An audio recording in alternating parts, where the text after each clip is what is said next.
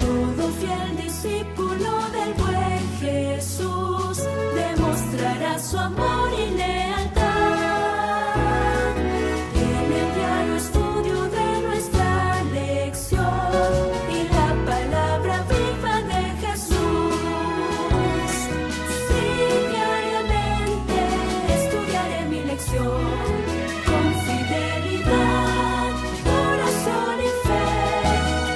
Asistiré cada sábado con emoción y una grata ofrenda traeré. Buenos días, mis hermanos y hermanas, televidentes y radioyentes. Sean bienvenidos al estudio de la lección de la Escuela Sabática para este día domingo 20 de octubre. Siempre el día domingo es un poco más larga la lección porque también incluimos el estudio del día sábado. Bueno, voy a orar para pedir la bendición del Señor, para que así pues todo lo que hagamos sea dirigido por Él. ¿Qué les parece? Amado Dios y Padre, gracias porque otra vez nos concedes el privilegio de hablar contigo y de conectarnos también a través del estudio de tu palabra. Te pedimos, por favor, que esta palabra no vuelva a ti vacía, que haga la obra que tú quieres en nuestro corazón.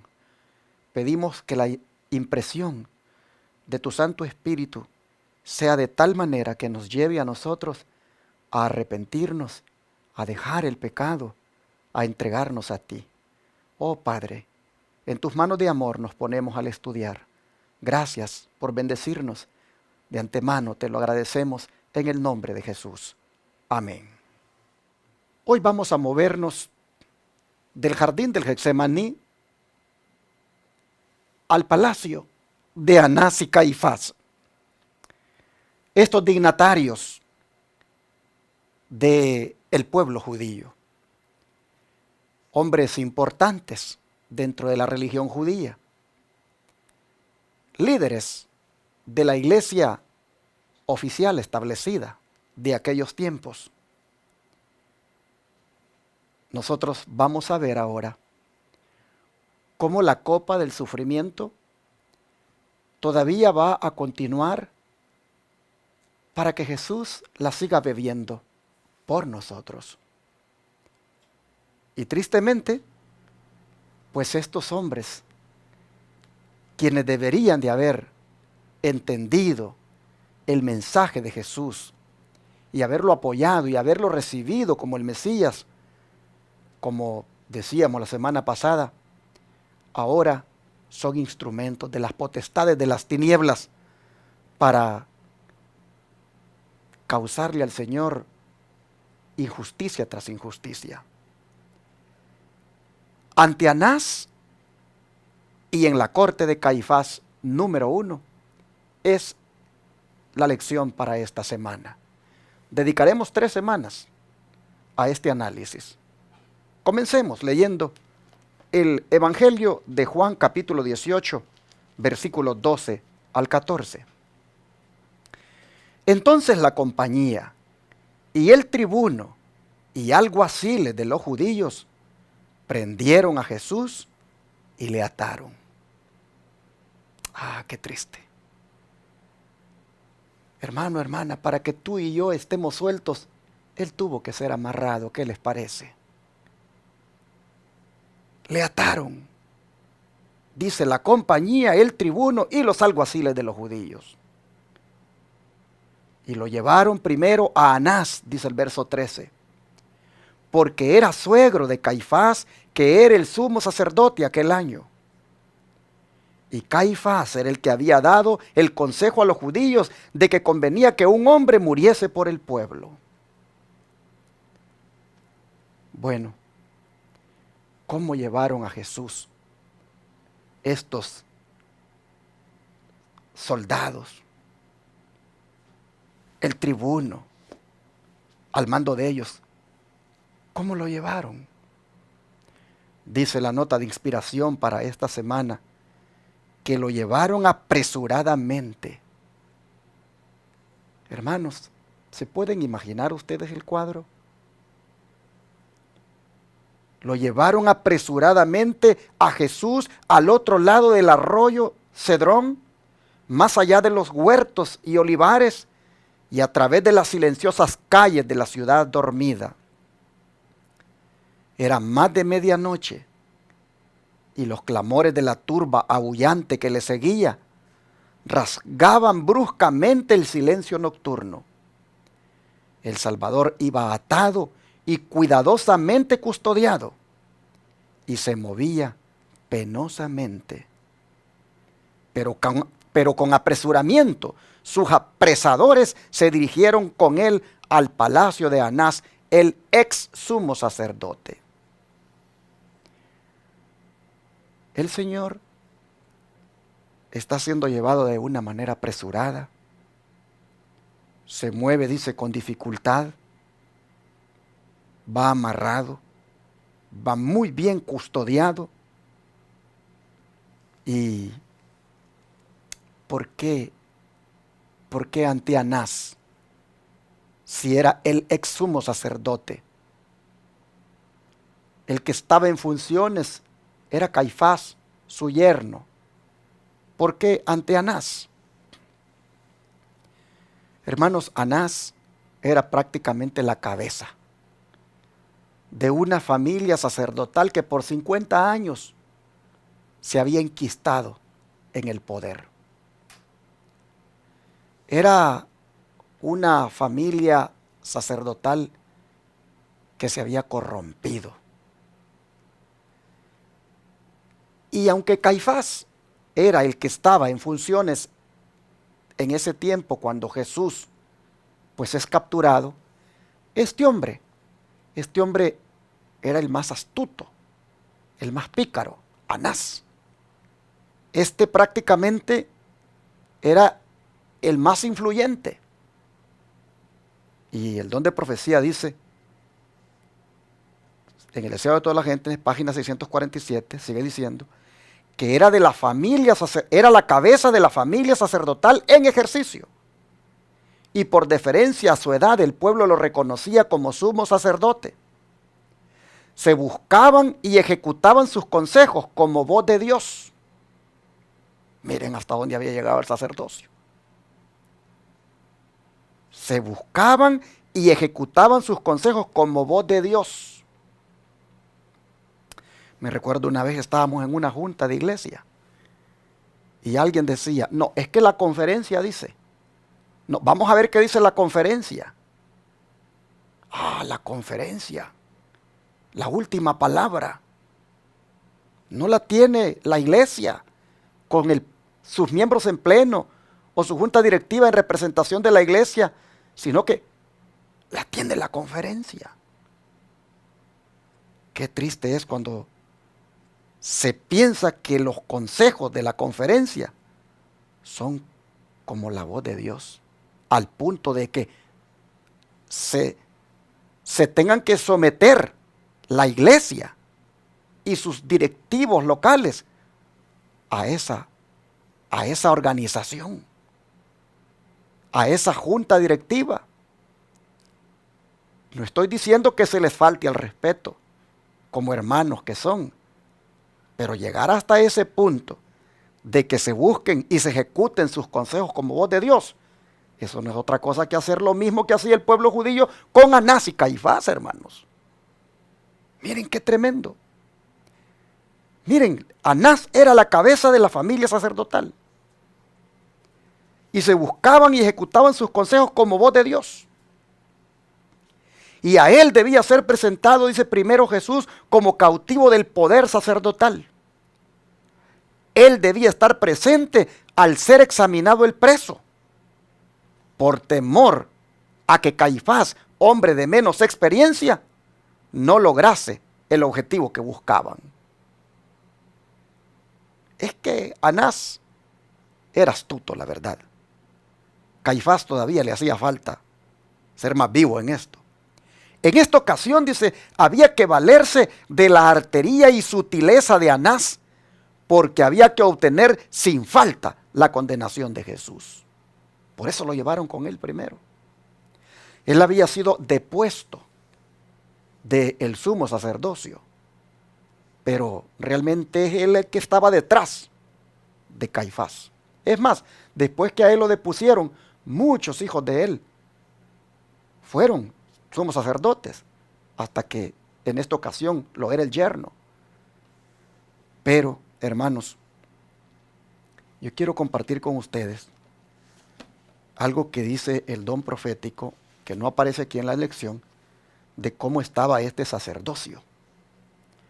Escuchen, voy a leer en la Review and Herald 17-12-1872, o sea, 17 de diciembre de 1872.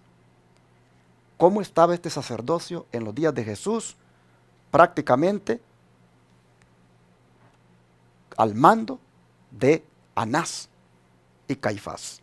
Dice, el sacerdocio se había corrompido tanto que los sacerdotes no tenían escrúpulos en entregarse a los actos más fraudulentos y criminales para llevar a cabo sus designios. Estaba corrompido el sacerdocio. Los que asumieron el cargo, dice, del sumo sacerdocio antes del tiempo del primer advenimiento de Cristo y durante él, o sea, Anás y Caifás, no eran hombres, dice, divinamente señalados para la sagrada obra. Eran corruptos. Dice que no tenían escrúpulos. Eran fraudulentos.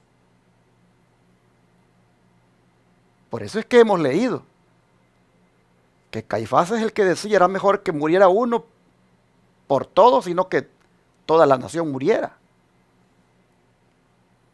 Dice, los que asumieron el cargo del sumo sacerdocio antes del tiempo del primer advenimiento de Cristo durante él, no eran hombres divinamente señalados para la sagrada obra. Aspiraban con vehemencia a ese cargo por amor al poder y a la ostentación.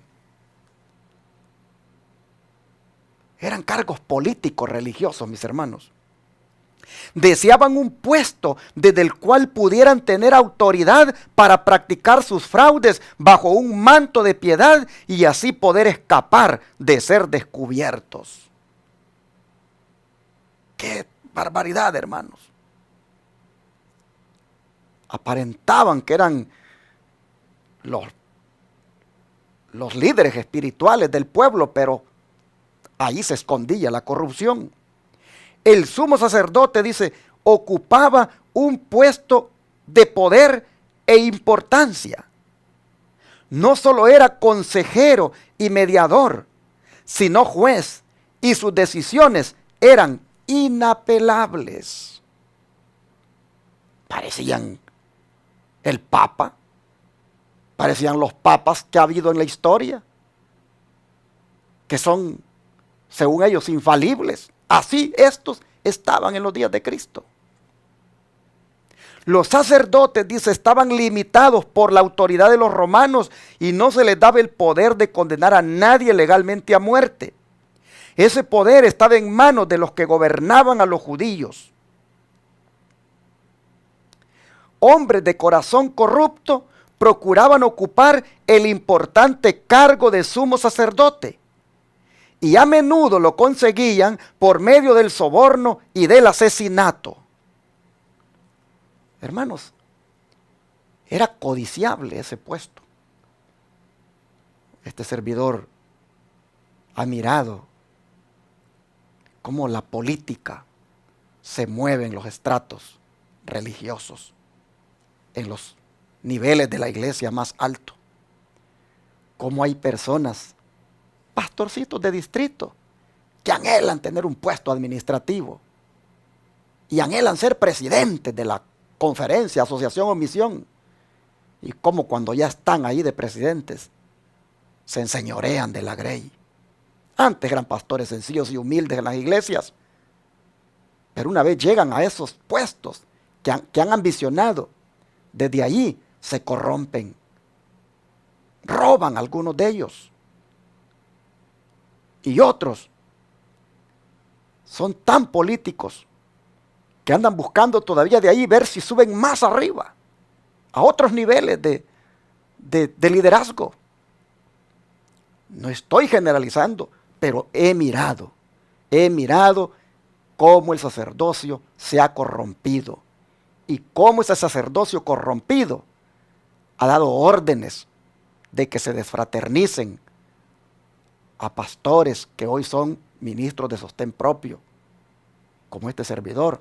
Se ha dado órdenes de que se borren a hermanos tan solo porque van a oír a otro predicador que no es de la conferencia, que no pertenece a la organización, pero es tan adventista del séptimo día y más que ellos, pero han dado órdenes para que los desfraternicen.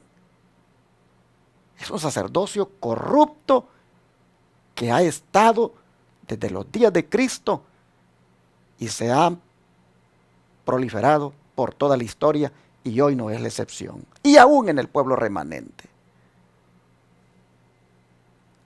¿Cuántos están en esos puestos habiendo maniobrado políticamente para llegar ahí? ¿Y cuántos se han mantenido siempre basados en esas maniobras políticas?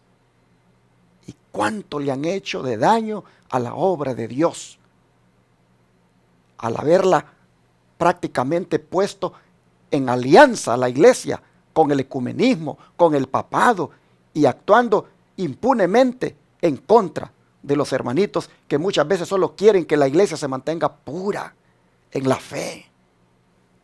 Pero yo estoy leyendo aquí, hermanos, esto del sacerdocio, cómo estaba en los días de Cristo, y estoy haciendo esta aplicación porque esto no ha cambiado. Sigue igual. Lo voy a leer otra vez. Dice, hombres de corazón corrupto, dice, procuraban ocupar el importante cargo de sumo sacerdote y a menudo lo conseguían por medio del soborno y del asesinato. El sumo sacerdote, vestido con sus mantos consagrados y costosos, con el pectoral sobre su pecho y con la luz que brillaba sobre las piedras preciosas engarzadas en el pectoral, presentaba una apariencia sumamente imponente y causaba admiración, reverencia y espanto en la gente sincera y leal. El sumo sacerdote fue diseñado de manera especial para representar a Cristo, quien llegaría a convertirse en sumo sacerdote para siempre, según el orden de Melquisedec. Repito, Joan Herald, del 17 de diciembre de 1872.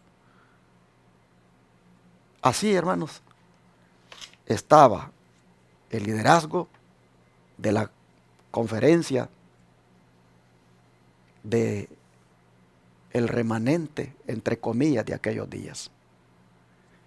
Corrompido.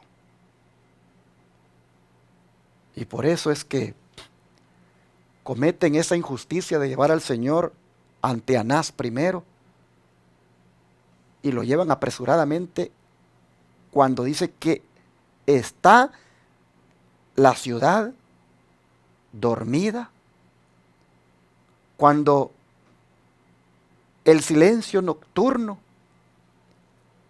es el que prevalece y solo es rasgado, dice, por los clamores de la turba aullante. ¿Por qué lo llevan ante Anás a esa hora de la noche?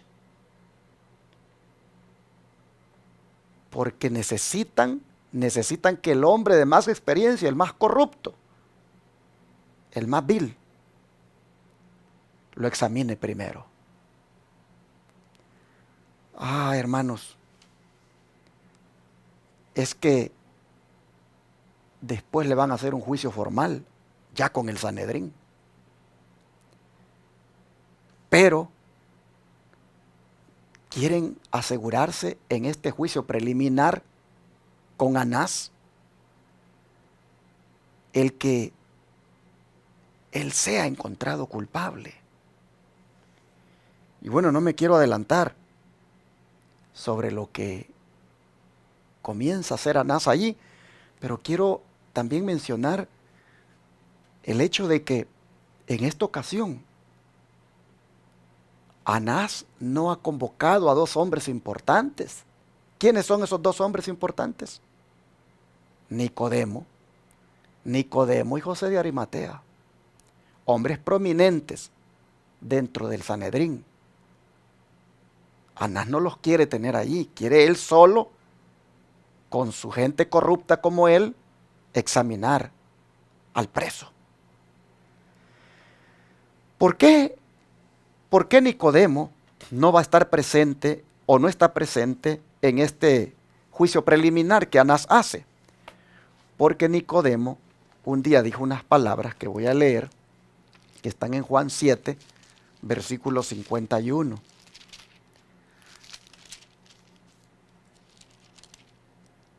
Dice así: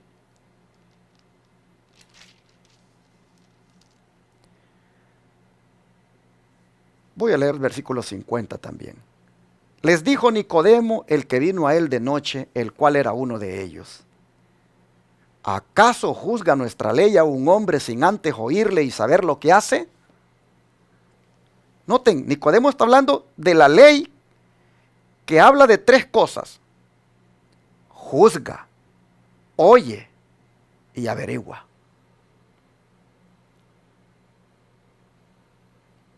Y Anás está violando la ley porque no está siguiendo estas cosas que la ley demanda y que Nicodemo las ha sacado a relucir en una ocasión anterior.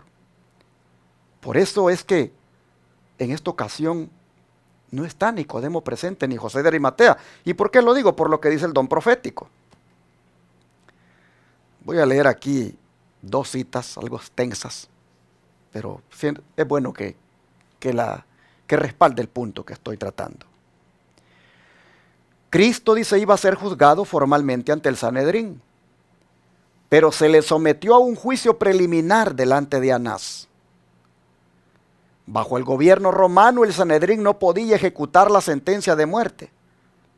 Podía tan solo examinar a un preso y dar su fallo, que debía ser ratificado por las autoridades romanas. Era pues necesario presentar contra Cristo acusaciones que fuesen consideradas como criminales por los romanos. También debía hallarse una acusación que le condenase ante los judíos. No pocos de entre los sacerdotes y gobernantes habían sido convencidos por la enseñanza de Cristo y solo el temor de la excomunión les impedía confesarle. O sea, habían ahí personas que simpatizaban con Jesús. Y los sacerdotes se acordaban muy bien de la pregunta. O sea, había dentro del sacerdocio algunos rescatables, algunos que simpatizaban con Jesús. Luego dice, los sacerdotes se acordaban muy bien de la pregunta que había hecho Nicodemo. ¿Juzga nuestra ley a hombre si primero no oyere de él y entendiere lo que ha hecho? Esta pregunta, dice, había producido momentáneamente la disolución del concilio y estorbado sus planes. Esta vez no se iba a convocar a José de Arimatea ni a Nicodemo, pero había otros que podrían atreverse a hablar en favor de la justicia. Decía toda la gente, páginas 647 y 648. Por eso es que se hace ilegalmente el juicio de noche. Sigue diciendo, ahora en la página 497, decía toda la gente, Nicodemo y José habían impedido en concilios anteriores la condenación de Jesús. Y por esta razón no fueron convocados esta vez. Había en el concilio otros hombres influyentes que creían en Cristo, pero nada pudo su influencia contra la de los malignos fariseos. Sin embargo, los miembros del concilio no estaban todos de acuerdo. El Sanedrín no constituye entonces un cuerpo legal. Existía solo por tolerancia. Algunos de sus miembros ponían en duda la conveniencia de dar muerte a Cristo. Temían que ello provocara una insurrección entre el pueblo e indujera a los romanos a retirar a los sacerdotes los favores que hasta ahora habían disfrutado y a despojarlos del poder que todavía conservaban. Los saduceos, aunque unidos en su odio contra Cristo, se inclinaban a ser cautelosos en sus movimientos por temor a que los romanos los privaran de su alta posición. Sí, porque eran puestos políticos, eran puestos religiosos, pero mezclados con la política. Y así nosotros vemos que estos hombres, José de Arimatea y Nicodemo, no fueron convocados, porque eran hombres prudentes, eran hombres sabios, eran hombres temerosos, eran hombres justos. y no era conveniente que estuvieran allí, porque podían echar a perder todo, como en aquella ocasión cuando Nicodemo habló. Hermanos, nosotros podemos ver ahora hasta dónde llega el sacerdocio, hasta dónde llega el liderazgo de la iglesia cuando se corrompe. Hermanos, llega hasta el punto de hacer estas ilegalidades, estas injusticias, buscando la condenación de Jesús. Nosotros tenemos que orar, hermanos, porque si bien es cierto, ya estamos mirando los actos del sacerdocio corrupto de este tiempo, con sus injusticias que cometen y la usurpación que hacen de las palabras del Señor cuando dijo que lo que se atare aquí en la tierra será atado en el cielo. Al hacer ellos decisiones eclesiásticas injustas. Si bien es cierto, ya estamos mirando cómo el sacerdocio de ahora también entrega a pastores de sostén propio a las autoridades, a las cortes. Yo conozco pastores de sostén propio que han sido llevados a corte. Otros que han sido amenazados que van a ser llevados a cortes. Esto, mis hermanos, es una repetición de lo que hicieron los sacerdotes judíos. Y digo que debemos orar porque, aunque ya estamos viendo esto, todavía falta más. No hemos visto todavía, podríamos decir, lo peor. Hermanos, Jesús dijo que los enemigos del hombre serán los de su misma fe, los de su misma casa, la gente más cercana, la gente con la cual uno, pues, ha crecido. Y los que se supone que deberían ser los guardianes de el residuo, estos serán los más traidores. Y debemos orar para que nosotros, hermanos, pongamos nuestra confianza en el sumo sacerdote que tenemos ahora en los cielos, que se llama Jesucristo. Deberíamos orar para que maduremos. Y yo vuelvo a repetir, no te estoy animando a que seas irrespetuoso con tu pastor o con los líderes de tu iglesia, no, sino que te estoy animando, hermano, a que abras tus ojos, que no seas ciego y que no llegues a ese punto donde como borreguito te llevan. Oh, no, mi hermano, no llegues a ese punto donde crees que es la voz de Dios, la organización, el concilio, la conferencia, la asociación o misión. No llegues a ese punto donde crees que tu pastor es la voz de Dios. No, mi hermano. Ten una relación tan íntima con Jesús, tan estrecha, que Él te va a dar el discernimiento para saber cuándo un hombre, bajo la figura de pastor, te está aconsejando conforme el Espíritu de Dios y cuándo te puede estar aconsejando mal. Estrecha tu relación con Jesucristo. Estrecha tu relación con tu divino sacerdote, con el príncipe de los pastores que se llama Jesús. Estréchala bien con Él y estudia bien su santa palabra y pídele discernimiento y verás que nadie te va a engañar. No van a hacer contigo lo que hicieron estos sacerdotes con el pueblo, que lo engañaban. Hermanos, aquí nosotros vemos al justo ante los injustos. Aquí vemos a Cristo justo y vemos el sacerdocio injusto. Vemos aquí, hermanos, la justicia versus la injusticia. Hermanos, nosotros tenemos que imitar a Jesús en cuanto a su justicia. Tenemos que imitar a Jesús en cuanto a ser personas rectas y buenas como Él. Tenemos que mirarlo a Él. Miradme a mí, dice Él, y sed salvos. Vamos a orar para que Dios nos ayude, para que Dios nos ayude, hermanos, a estar preparados para los juicios que vendrán, ilegales, para las injusticias que se harán en contra del pueblo remanente y que serán siempre en contra de Jesús, pero en la vida de aquellos que elijamos hoy ser fieles y leales a Él. Vamos a orar. Padre nuestro, gracias, Señor, por ponernos en perspectiva hasta dónde, Padre, los demonios usan y van a usar a los dignatarios de la iglesia, a los líderes religiosos. Señor, te agradecemos por ponernos esto en perspectiva para que, pues de una manera prudente, sabia y madura, nosotros, Padre, sepamos dónde poner nuestros ojos. Tengamos el discernimiento para saber cuándo nos guían por el camino correcto y cuándo no. Nosotros vemos hoy hasta dónde este sacerdocio se había corrompido, que violó sus propias leyes con las cuales juzgaba los casos entre ellos. Padre, te rogamos que cuando estas cosas se den o se vuelvan a dar, nosotros, Señor, siempre te tengamos en mente a ti y siempre pensemos que si contigo hicieron eso, pues lo que nosotros podamos también experimentar no sería una cosa extraña.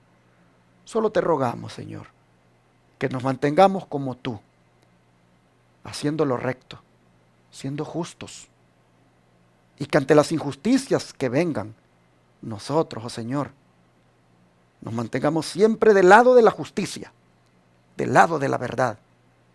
Nos mantengamos como tú.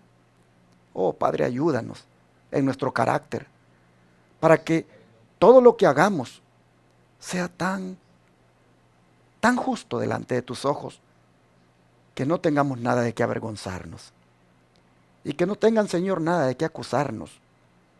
Que solo si lo hacen, que sea por acusaciones falsas, pero no porque realmente nosotros hayamos hecho lo malo. Ayúdanos, por favor. Y queremos agradecerte porque estamos libres. Oh, Señor, cuando leemos aquí que te amarraron, que te llevaban empujones sin duda.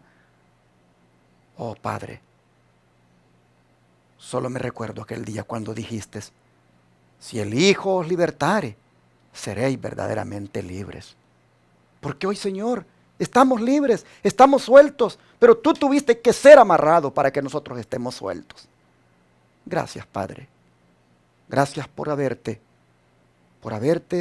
entregado para que te hicieran todo esto, a cambio de nosotros tener libertad. Te lo agradecemos, Señor. Muchas gracias por todo lo que has hecho por nosotros. Te pedimos que nuestro amor a ti sea fuerte y se incremente cada día. Te lo pedimos, Padre, en el nombre de Jesús. Amén.